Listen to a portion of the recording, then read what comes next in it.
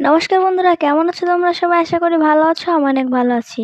আজ বাসায় রান্না করলাম রুই মাছের মাথা দিয়ে কুমড়োর ঘন্ট। তাই ভাবলাম ভিডিওটা তোমাদের সঙ্গে একটু শেয়ার করি।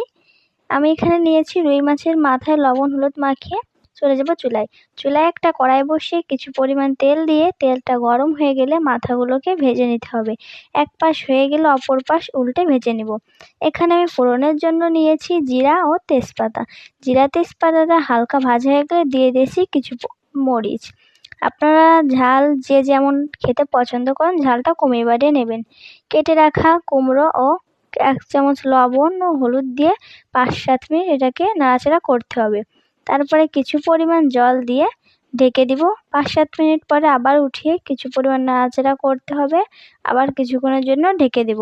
যখন কুমড়োটা নরম নরম হয়ে যাবে এবং হালকা হালকা ভিজা ভিজা থাকবে, তখন আগে থেকে ভেজে রাখা মাছের মাথাটা দিয়ে দেবো। আমি মাছের মাথাটা হালকা একটু ভেঙে নিয়েছি।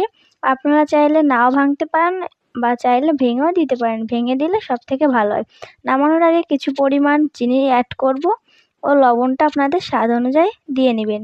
আমার ভিডিওটা ভালো লাগলে অবশ্যই একটা লাইক কমেন্ট শেয়ার করে দিবেন এবং আমার পাশে থাকবেন।